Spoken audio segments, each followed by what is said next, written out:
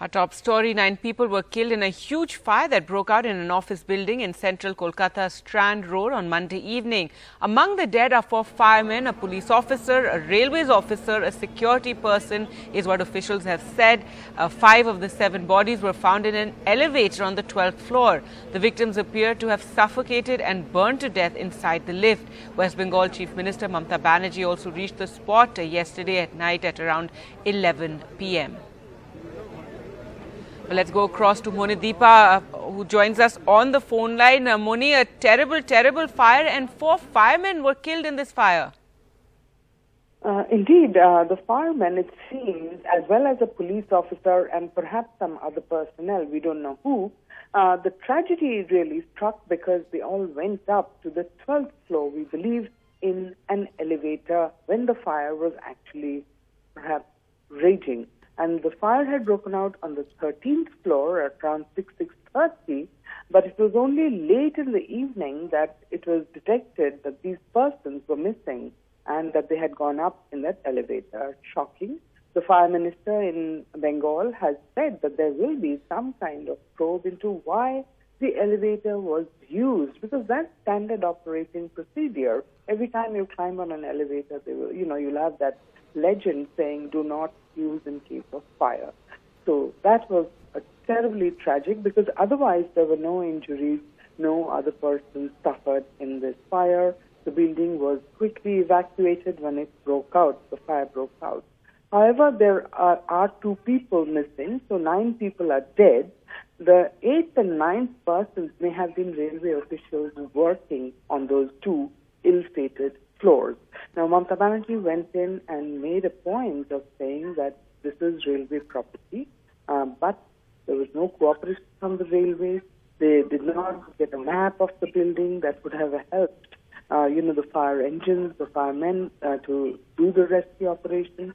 And she also regretted that there was nobody from the railways department at the site when she arrived there around 11 o'clock. However, since then, we've had the railway minister tweeting about it, condoling the families of those who have lost their loved ones.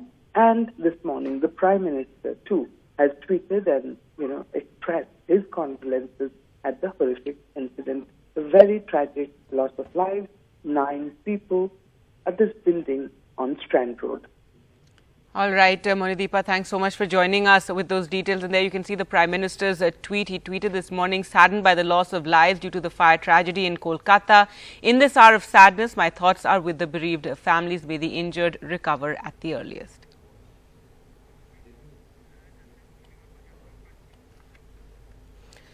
Now, staying with news from West Bengal, the Trinamool Congress is likely to release its manifesto for the assembly elections today. It will be released, it's expected to be released from Mamata Banerjee's residence in Kalighat. Later in the day, the Chief Minister will address a rally in Nandigram from where she is contesting the elections. BJP's Suvendu Adhikari, who was once a close aide of Mamata Banerjee, is now also contesting against the Chief Minister from his home turf, Nandigram, which is one of the most watched electoral battles in the state. So today, a packed day for the Trinamool. First, they will be releasing their manifesto, and then later, Mamata Banerjee addressing a rally in Nandigram. Now, on Monday, Mamata Banerjee held a women's-only Padyatra in Kolkata against LPG price hike. She also taunted the Prime Minister, saying the Prime Minister has made COVID vaccine Modi vaccine, named a stadium after him, and at this rate, she said the Prime Minister will rename the country after him. This on a day more Trinamool leaders joined the BJP.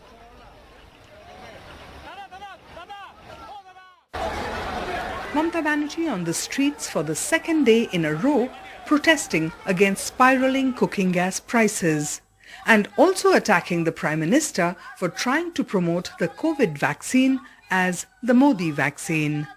Trinamool had objected to the PM's face on COVID vaccination certificates. The Election Commission has said the mugshot must go from certificates in poll-bound states.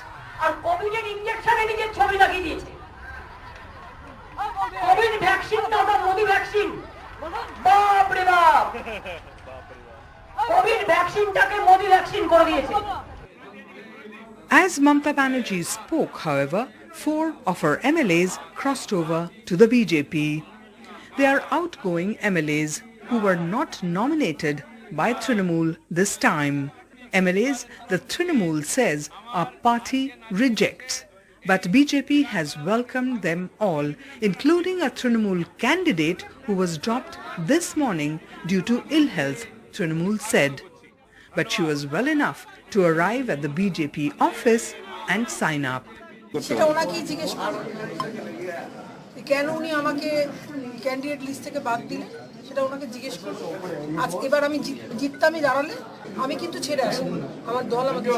যারা 25 বছর 30 বছর 40 বছর ওনার সঙ্গে রাজনীতি করেছেন তারা আজকে মনে করছেন যে অপমানিত হয়েছেন, তারা পার্টি ছেড়ে দিচ্ছেন, তাই তাদের জায়গায় সেলিব্রিটিদের নিয়ে আসা হচ্ছে জয়েন জেতার জন্য। এর চেয়ে আর নৈতিক পরাজয় কি হবে? This is the biggest one-day exit of MLAs from the Trinamool to the BJP since December 2020, when about a dozen or so had left. The Trinamool says they are rejects. The BJP unembarrassed about taking them into their fold and chipping away at their rival for the Bengal Assembly. In Kolkata with G.D. Shankar, Monadipa Banerjee, NDTV. Now, even as the opposition has been targeting the government over the fuel prices, the government appears to have hit a pause on the fuel price hikes, perhaps because of Parliament and the elections. In the last 10 days, the petrol and diesel prices have not changed. This, even though the price of Indian basket of crude oil has shot up about $6. Now, the second part of the budget session of Parliament was off to a stormy start on Monday. In the Rajya Sabha, Congress MPs raised slogans demanding a debate over the rise in fuel prices. The upper house then got adjourned 3 times before calling it a day in the afternoon. Now the petrol prices nearly 100 rupees per litre, and the diesel prices are more than 80 rupees. And LPG also increased. Sir, 21 lakh crores have been collected by putting excess excise duty, and all these things. I have allowed you. Sir, because of this, the entire country is suffering. This is very important issue. Because it's an important issue, I have allowed you to mention it, though you know the rules position. 267 is at the discretion of the chair. I have gone through it. There are enough opportunities, including appropriation bill and other occasions, to discuss it. But still, because you are a senior and also leader of the opposition, you have given a notice. I have just allowed you to mention the subject. You have rightly mentioned the subject, and we leave it there and we move on. It is very important. Now, it's raining sops in Tamil Nadu in this election season. A day after the DMK promised 1,000 rupees a month for housewives with ration cards, Chief Minister and AIADMK leader EPS has raised that figure. He's promised 1,500 a month for housewives. He also promised 6 free LPG cylinders for every family a year. Now, in Tamil Nadu, the Congress has bargained for more seats. But what about their performance? Sanket Upadhyay reports. So as far as the Congress party is concerned, there is a seat gamble where it is being seen as a pattern that there is a mega bargain with minimum performance, and that seems to be putting their alliance partners under a lot of pressure. Not the Congress, but their alliance partners. Well, we are talking about Tamil Nadu, where the seat sharing has resulted in the Congress managing 25, and that also happened after a great degree of back and forth negotiation, counter negotiation, but finally the Congress managed 25 in Tamil Nadu. Now in 2016, the Congress had bargained hard, again true to their character, they bargained hard for 41 seats. But how much did they deliver? They won only 8. So you can see that their strike rate in Tamil Nadu has been poor. The Congress's, there are in fact concerns over Congress's poor strike rate at play in ticket distribution this time around. That's why from 41 they have come down to 25. And add to that the added pressure as MIM has announced an alliance with TTV Dinakaran, which means more competition for the Congress party. Now if you recall, there is a history to this. In Bihar, for instance, the Congress bargained for 70 seats, 70 with the RJD. What was their strike rate? They won only 19. Bargained for 70, won 19. That's the reality as far as the Congress is concerned. In fact, they got 8 seats less than the 2015 tally in Bihar. So is this a factor at play as far as alliance partners are concerned, that they're dealing with a Congress party which bargains heavily for, a pre-poll scenario or a seat-sharing arrangement, but fails to deliver. As people lined up to catch a glance of Kerala Chief Minister Pinarayi Vijayan in Kannur, his home turf, he hit out at Union Home Minister Amit Shah while addressing his supporters. In response to the 7 questions raised by Amit Shah during the BJP rally on Sunday, Pinarayi Vijayan shot out a series of counter-questions.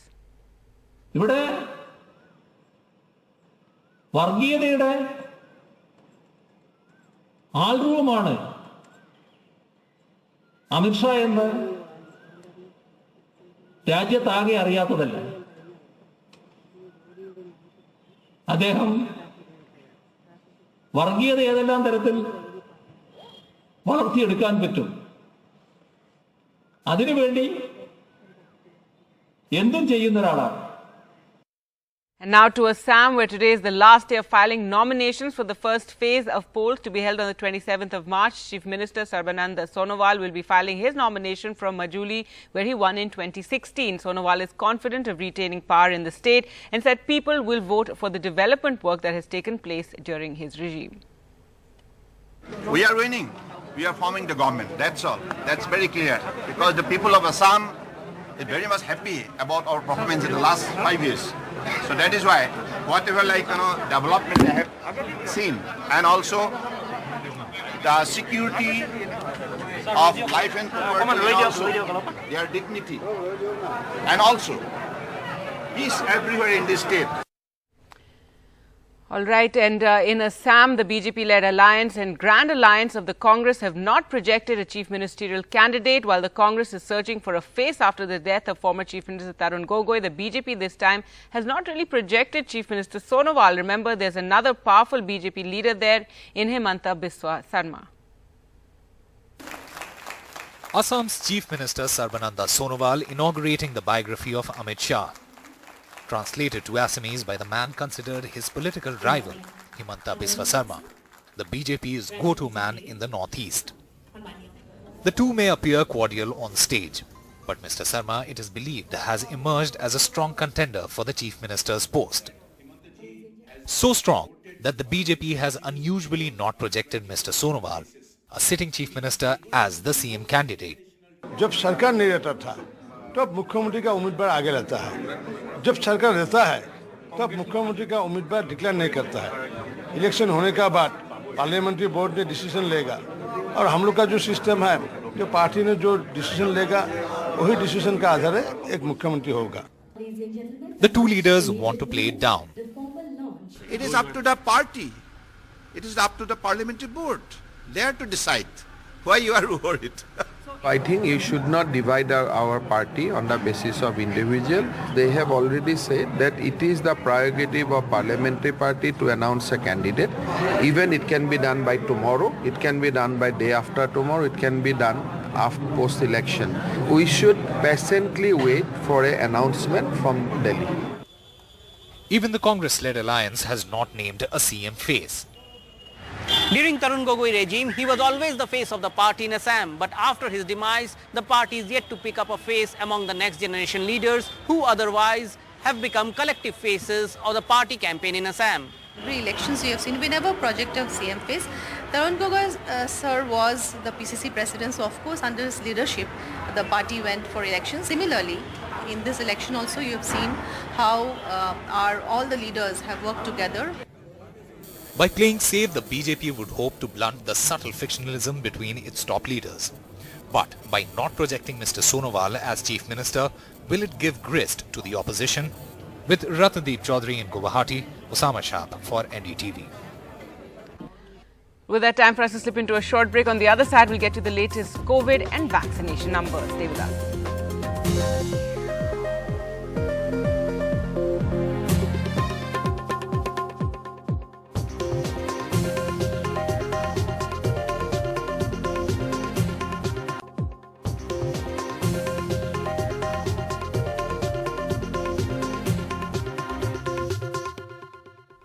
Welcome back. Now, the latest on India's vaccine drive, and Monday saw the highest number of vaccinations given in a single day. Nearly 17 lakh vaccine doses were administered till 9 p.m. Total vaccinations for 60 plus on Monday was over 10 lakh. Over 48 lakh general population has been vaccinated so far. Now, the health minister has said that COVID pandemic is in the end game in India and asked everyone to get vaccinated and to ensure their near and dear ones get vaccinated. But this as cases are surging in several states, but at the same time, we're seeing massive crowds gathering for political rallies.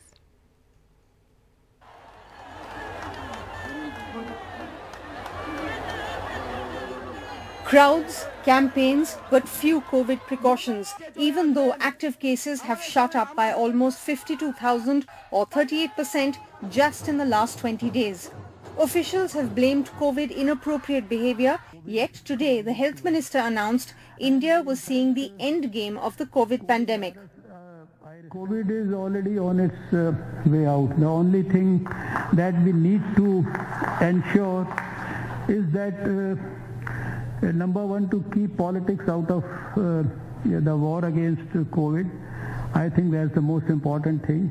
The state of Kerala, the people are a bit lax, and the political parties are continuing with their campaign program where the COVID pandemic protocol are not being strictly adhered to. Even though Delhi is on a central watch list of states with an upsurge, the State Health Minister Satyendra Jain also says the pandemic phase is ending and the city is entering the endemic phase. From tomorrow, both Lok Sabha and Rajya Sabha will resume according to the normal schedule that was there before COVID. Both the houses will meet between 11 a.m. and 6 p.m. and the MPs will sit in their own houses. This comes even as India reported more than 18,000 daily cases for the third consecutive day, with 8 big states continuing to report a spike in daily cases. India's top medical body, the Indian Medical Association, today released a statement saying it is painful to note the discussion on endemic versus pandemic status of diseases are echoing in the political corridors. However, it ought to be substantiated by scientific evidence by the World Health Organization or ICMR only. As public health expert, we are really worried looking at the data from last 3-4 weeks where there is a clear uptrend in the country. The cases have gone up from 10,000 to about 18,000 per day. We have to be very cautious. India currently has 1.8 lakh active cases and many of its states are struggling to control the surge. Public figures will have to be more careful about their messaging to ensure that India's battle with COVID does not become tougher. In New Delhi with camera person Xavier Thomas, this is Sukirti Dwivedi for NDTV. With that, time for us to slip into a short break. Coming up on the other side, our exclusive interview with actor Taapsee Pannu.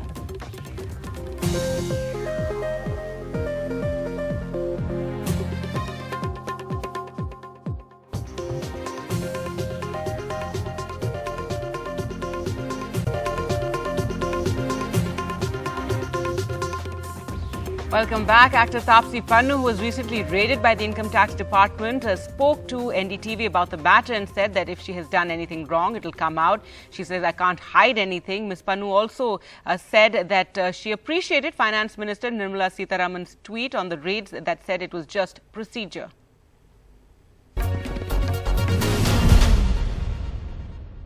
You know, when I ask a lot of people, everybody will have their opinion. But what was your turning point? Which film do you think changed things for you? You could just see things changing. See, there were different milestones at different times, right? So, be it starting from Pink, where people actually noticed me in a leading lady way.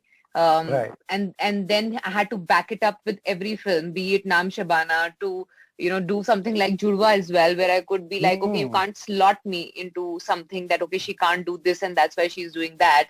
And then moving ahead and doing, all these author-backed roles that I got to do last couple of years, be it Badla, be it Man Marziyan, even now, when getting the awards for Saan Ki Aankh to, now Thappad, which became like actually technically, the first solo led film for me, which very scarily had my name on the poster, which was really petrifying for me to watch Taapsee Pannu in, and I'd never seen that before. It was very intimidating. So from now to where, I'm doing biopics of some really strong women, like actually Mitali in particular. Yes, and then and some brilliant roles being written and that are coming my way, which are making, and people especially, there was a dream a few years back for me that there should be a day where I am not easily replaceable, where people come to me and say that, okay, if you're not available right now, we'll wait for you, but we really want you and no one else to do it. I can see that happening, which is so special for an actor. That's why so many announcements, that's why so many films, because these producers and directors were very kind to wait for my dates and wanted me to do the film. And yes, and then I'd never let go of a good script.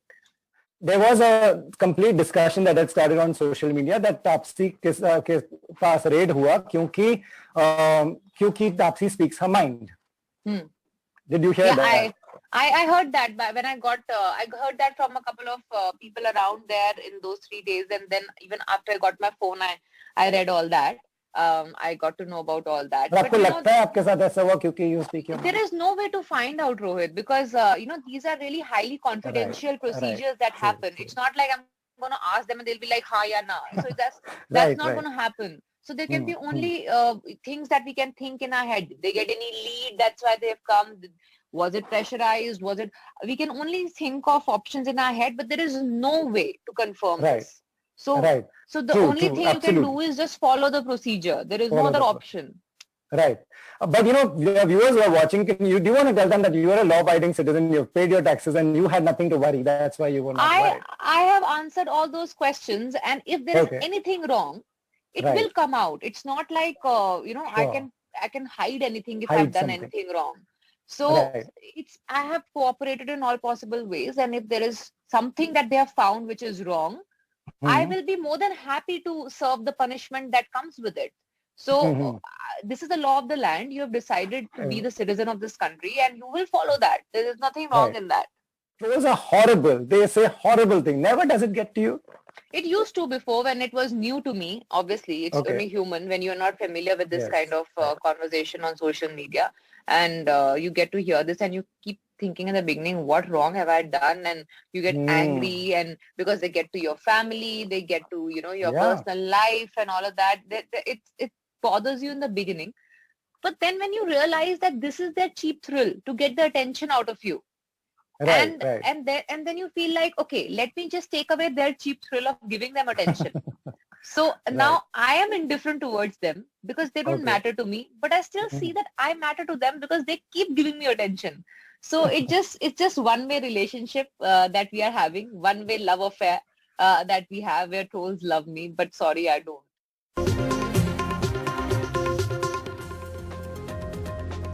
Welcome back. NDTV's World Exclusive with world number 1 Novak Djokovic. He spoke to NDTV's Srinivasan Jain and talked about his career and achievements. He also had a message for young players in India. Listen in.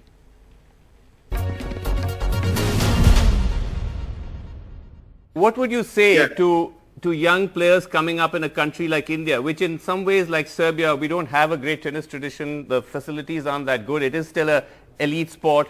What would your advice be to them? Well, first of all, I think the essential ingredient is passion and love. I still feel that excitement of holding a tennis racket that I felt when I was 4 or 5 years old. So I feel that kids need to fall in love with this sport. They need to fall in love with spending time on the court. It needs to bring joy to them, because this is the most essential emotion that the kid needs to feel. Because if the child doesn't enjoy spending time on the tennis court or playing other sports or anything really, then it becomes a burden. It becomes the hurdle, and it shouldn't be that way. So, well, what I can say personally is that I'm going to use the opportunity to come to India very soon, hopefully in the near future, and hopefully I can transfer and convey some of that passion to youth in India, and maybe with Leander Pace and other Indian tennis legends, we can start something that could be a nice for Indian tennis. Novak, you mentioned your country, and I wanted to ask you about that journey, because how difficult was it for you coming up in a country like Serbia with all the turmoil, and also perhaps not with the kind of resources that some of your other peers would have had growing up and playing tennis, and to get to where you are? How tough was that? Well, I think we all go through different hardships in our life, you know, different trials and tribulations, so to say. You know, my journey was not easy, of course. I don't want to complain about things, but it made me stronger in a way. Of course, during 90s when I was a little boy, I grabbed the racket when I think it was 91 or 92, first time when I was 4 or 5. And then, you know, we had 2 different wars during 90s and sanctions and embargo, and just a very difficult time, you know, growing up in the war-torn country was a challenge for my parents, for me, I think more for my parents, because they had to, you know, take the responsibility to deal with our family's everyday life and demands. And it was not easy also, you know, me asking from my parents to support me in the sport that is a very expensive sport, you know, that didn't have any history or tradition in our country prior to the maybe last decade or so. But it did definitely made me even more hungry, even more motivated to actually make a statement on the world tennis stage and to represent my country, and to be able, through sport that speaks a universal language, to in a way send a message of peace and love and passion and joy. And back in 2011, when I achieved my dreams of winning Wimbledon and becoming first time the world's #1 tennis player, I came back to my country, and what I have experienced in this celebration with my people here was something that I will remember forever and be eternally grateful for that, because that's when I think it hit me for the first time. And then I realized that my success, that everything I do is not for myself, but it's far beyond that. It's much greater than that, that there's a nation behind me that, you know, relies on, in a way, my success and wants me to do well. So since then, you know, I feel that my attention and my consciousness, about what I do has shifted and has gained a different proportion. Absolutely. Thank you so much for having me. It's an absolute pleasure to speak to you. Thank you so much for having me. And finally, if one's child comes out as lesbian, gay, bisexual, it may or may not be something that one has imagined or is prepared for, but parents' acceptance really matters to their health and safety. Instead of rejecting one's child, it's important to celebrate their identity. Here's a special report.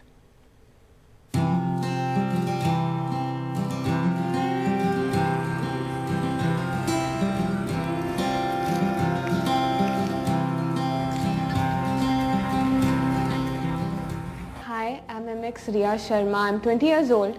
I'm studying psychology now, and I feel that being gay is just another part of me, and it does not define me as a person.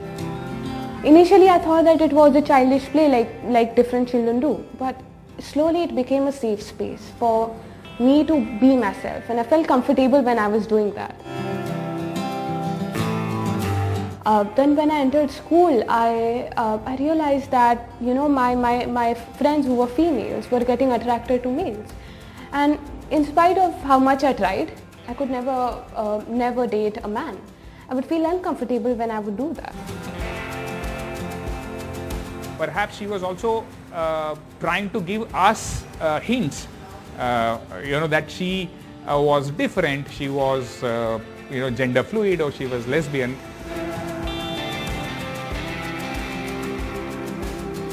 I remember that at around 9 o'clock, I was just waiting for my dad to come home, and he came in, he kept the bag, and then I started crying. I didn't know what to say, and both of them came, and I didn't have words to say. I had practiced it the entire day. Okay, mom, dad, I'm lesbian, I'm gay. क्या बोलूँगी मैं वो आएंगे तो?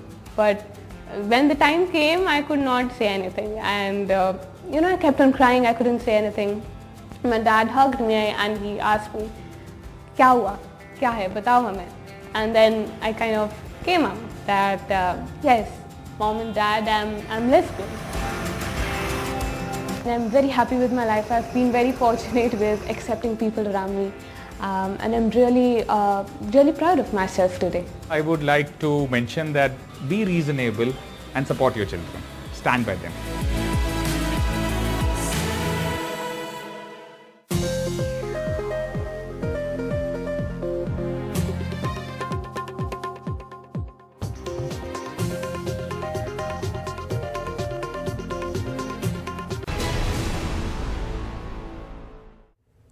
Well, our top story, the Trinamool Congress all set to release its manifesto for assembly elections today. It's likely to be released from Mamata Banerjee's residence around 1. Later in the day, the Chief Minister will be addressing a rally in Nandigram from where she is contesting in this election.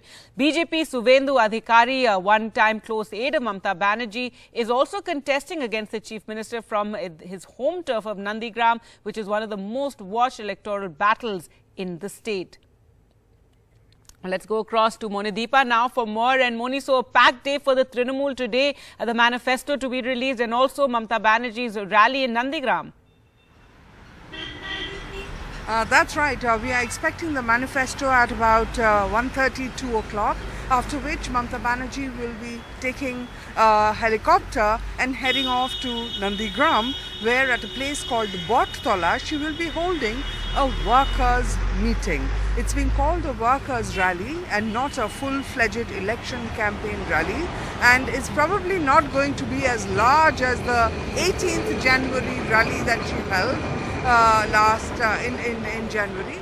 But it will be significant. It will be the first address at Nandigram ever since she declared that she was going to be the Trinamool candidate from there. Remember, on the 18th of January at a rally there, she had suddenly announced that what if I fight in Nandigram? Nandigram, an iconic and landmark constituency for many reasons, and also for the fact that her arch enemy, as it were, today, her former minister Subhendu Adhikari, he has now joined the BJP. He used to be the Trinamool MLA from Nandigram, and he is going to be the BJP candidate from Nandigram, this time against the Chief Minister. So a mega fight brewing in Nandigram. Mamata Banerjee hitting the ground running fast. Today, tomorrow she files her nomination. So a big day ahead for her tomorrow as well. What we understand is Subhendu Adhikari will file his nomination on the 12th. So yes, the heat is on, as it were, for Nandigram. Remember, Nandigram was the seat, was the place back in 2007 where the Trinamool fought a bitter, literally physical, bloody battle with the CPM for control over land that the CPM wanted to take away from farmers for a chemical hub. And that battle propelled Mamata Banerjee to power. It's been busy yesterday for Mamata Banerjee as well. She was on a Padyatra where she attacked the Prime Minister, but as she was speaking, she lost 4 of her outgoing MLAs. Now we hear that's 5. 5 of her outgoing MLAs joined the BJP. Clearly, the BJP getting in everyone that they can from the Trinamool to help their cause. Mamata Banerjee on the streets for the second day in a row, protesting against spiraling cooking gas prices, and also attacking the Prime Minister for trying to promote the COVID vaccine as the Modi vaccine. Trinamool had objected to the PM's face on COVID vaccination certificates. The Election Commission has said the mugshot must go from certificates in poll-bound states.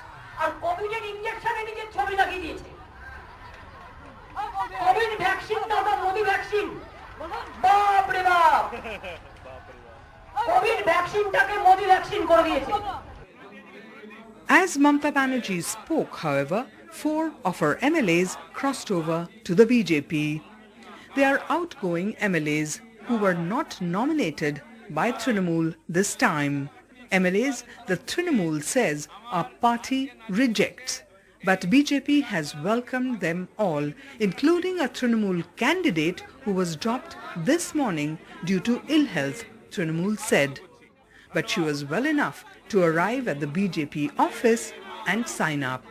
সেটা ওনাকেই জিজ্ঞেস করুন কেন উনি আমাকে candidate list থেকে বাদ দিলেন সেটা ওনাকে জিজ্ঞেস করুন আজ এবার আমি জিততামই দাঁড়ালে আমি কিন্তু ছেড়ে আসিনি আমার দল আমাকে যারা 25 বছর 30 বছর 40 বছর ওনার সঙ্গে রাজনীতি করেছেন তারা আজকে মনে করছেন যে অপমানিত হয়েছেন তারা পার্টি ছেড়ে দিচ্ছেন তাই তাদের জায়গায় সেলিব্রিটিদের নিয়ে আসা হচ্ছে জয়েন জেতার জন্য এর চেয়ে আর নৈতিক পরাজয় কি হবে This is the biggest one-day exit of MLAs from the Trinamool to the BJP since December 2020, when about a dozen or so had left. The Trinamool says they are rejects. The BJP unembarrassed about taking them into their fold and chipping away at their rival for the Bengal Assembly. In Kolkata with G.D. Shankar, Mamata Banerjee, NDTV. And staying with news from Bengal, there was a tragic fire. 9 people were killed after this fire broke out in an office building in central Kolkata's Strand Road.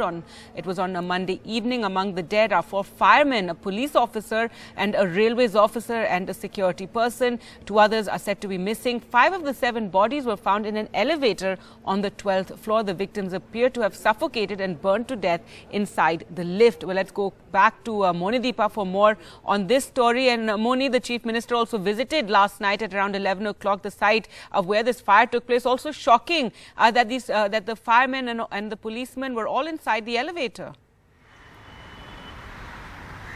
That is really, the most tragic part. I must, of course, tell you that all the 9 bodies have been found and taken to hospital for identification by family. 1 person remains unidentified is what we have last heard. All the bodies are in the morgue at the SSKM hospital. Relatives are there, deeply upset at what has happened. One relative apparently just fainted because he couldn't recognize his kin, who he suspects may be a victim of this fire. Now, Strand Road is just opposite, adjacent to the Hooghly River. A new Koilaghat building, which is a more than 13-story building, is a railways building mostly. Most of the offices there are of the Eastern Railways, and on the 13th and 12th floor there are server rooms and offices. The fire started on the 13th floor around 6:30 p.m. Now by 8:30, 9 o'clock the fire had been sort of brought under control. And that's when they realized that there are so many people missing, firemen missing, and that's when the hunt began, and tragically they were found trapped in that lift which they used to go up. Complete tragedy. It was the 13th floor. They possibly thought they could use the lift to get up to help people, evacuate people there, but they got trapped in it themselves. The Fire Minister has said there will be an inquiry into why they use the lift, which he said was standard operating procedure. You do not use elevators in a fire. The Chief Minister was there at 11 o'clock condoling the deaths and expressing some dissatisfaction about how the railways authorities had not shown up at the building at all, that maps of the building were missing. This late last night, Piyush Goyal, the railway minister, did tweet out his condolences and promised to do everything to help the investigation, the probe into why the fire started, and of course the families as well. And this morning we've had the Prime Minister also offer his condolences on Twitter. It is a terrible tragedy, 9 lives lost in a fire that didn't really hurt anyone else. We don't know of too many injuries or anything at all. Just 9 people dead, 5 of them found in a lift. All right, Monideepa, thanks so much for joining us with the very latest on that tragic fire.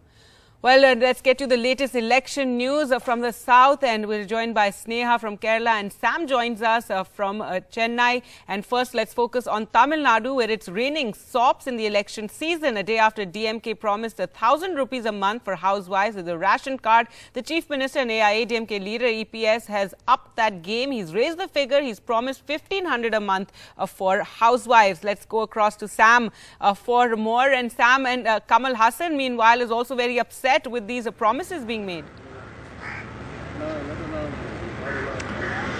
He is certainly upset, and he wants these parties to at least acknowledge that the idea came originally from his party, the MNM Gargi. In fact, on Sunday, releasing his party's vision document, M.K. Stalin first announced that his party, if elected, would provide a monthly rights allowance of 1,000 rupees every month for housewives based on the ration card or family card.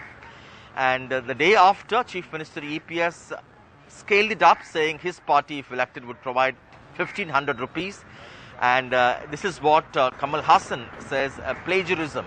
And he also accuses the DMK of stealing another idea from him. He has promised 50 lakh jobs in 5 years. And he says Stalin has reworded that and has said 10 lakh jobs every year over the next 5 years if his government was elected.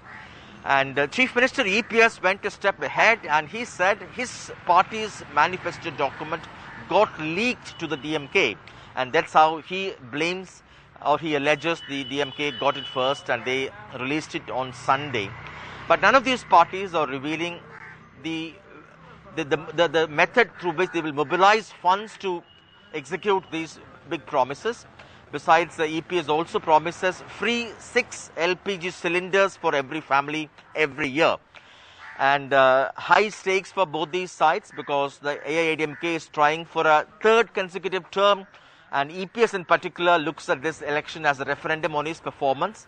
On the other hand, the DMK, which has been out of power for 10 years, is trying hard to make sure it would capture power. And for the first time, Kamal Hassan too is contesting for state elections, hoping he'll be able to carve out a political space for himself, this being the first election after two iconic leaders, Jayalalitha and Karunanidhi, died. All right, Sam, thanks so much for joining us with the latest there. And in Kerala, it's a war of words between Home Minister Amit Shah and Chief Minister Pinarayi Vijayan. The Chief Minister hit out at the Home Minister while addressing his supporters in Kannur in response to 7 questions asked by Amit Shah during the BJP rally on Sunday. Pinarayi Vijayan shot out a series of counter questions.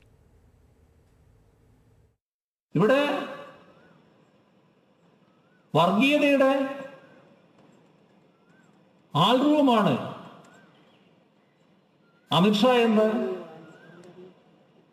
രാജ്യത്താകെ അറിയാത്തതല്ല. അദ്ദേഹം വർഗീയത ഏതെല്ലാം തരത്തിൽ വളർത്തിയെടുക്കാൻ പറ്റും, അതിനുവേണ്ടി എന്തും ചെയ്യുന്ന ഒരാളാണ്. Well, let's go across to Sneha. And Sneha, this war of words between the Home Minister and Chief Minister really grabbing the headlines, but it's really a fight in Kerala between the Left Alliance and the Congress Alliance.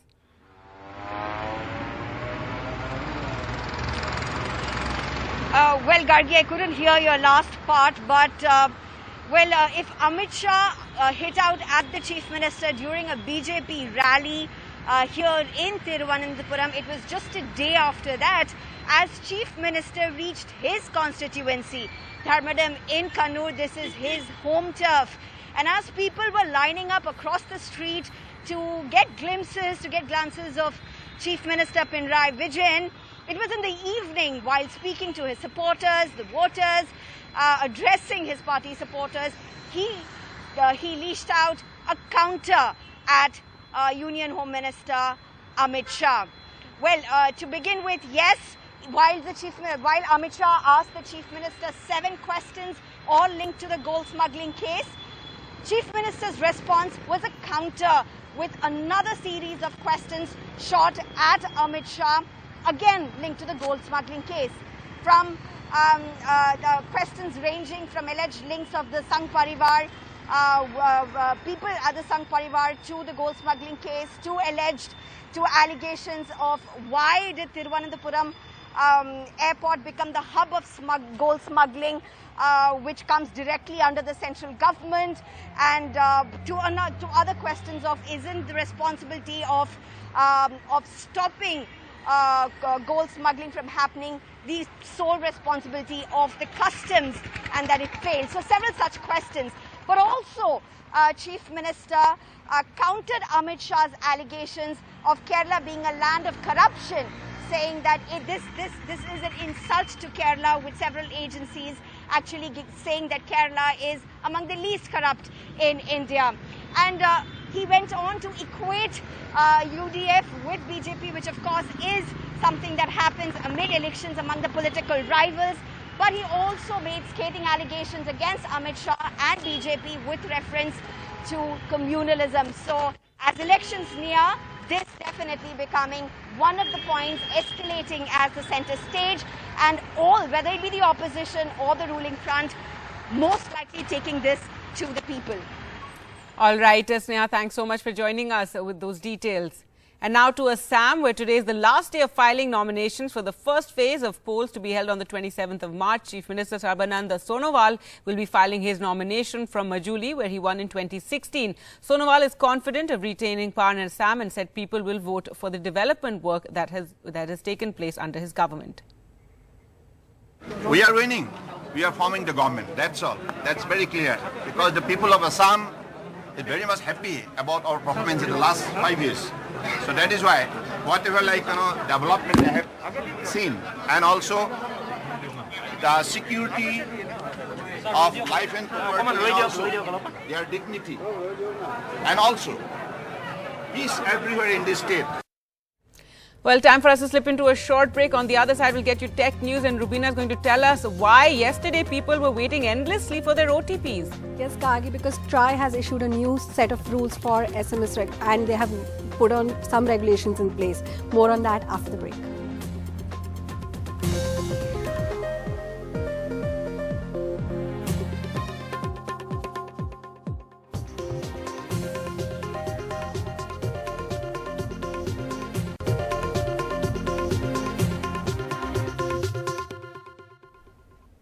Welcome back. Now, following the implementation of the second phase of SMS regulation guidelines by the Telecom Regulatory Authority of India, starting Monday, users across the country have been complaining about missed OTP messages for bank transactions, online services and more.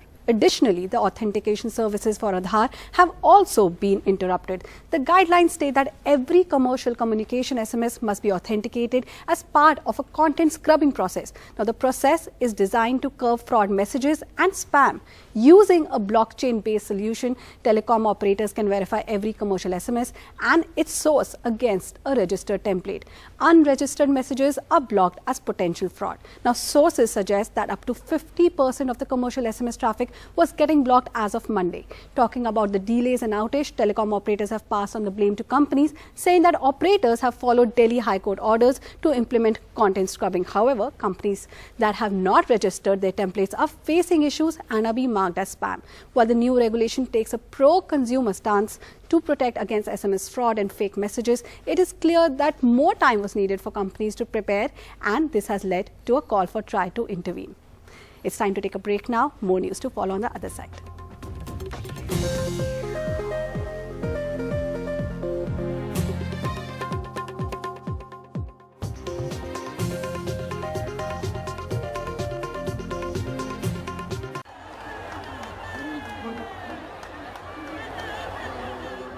Crowds, campaigns, but few COVID precautions, even though active cases have shot up by almost 52,000 or 38% just in the last 20 days.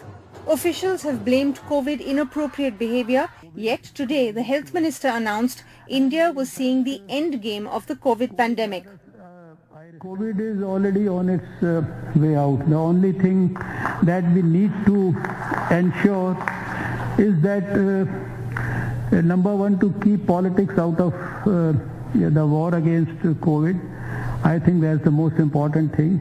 The state of Kerala, the people are a bit lax, and the political parties are continuing with their campaign program where the COVID pandemic protocol are not being strictly adhered to. Even though Delhi is on a central watch list of states with an upsurge, the State Health Minister Satyendra Jain also says the pandemic phase is ending and the city is entering the endemic phase. From tomorrow, both Lok Sabha and Rajya Sabha will resume according to the normal schedule that was there before COVID. Both the houses will meet between 11 AM and 6 PM and the MPs will sit in their own houses.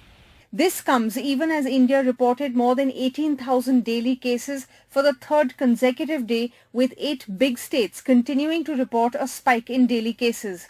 India's top medical body, the Indian Medical Association, today released a statement saying it is painful to note the discussion on endemic versus pandemic status of diseases are echoing in the political corridors. However, it ought to be substantiated by scientific evidence by the World Health Organization or ICMR only. As public health expert, we are really worried looking at the data from last 3-4 weeks where there is a clear uptrend in the country.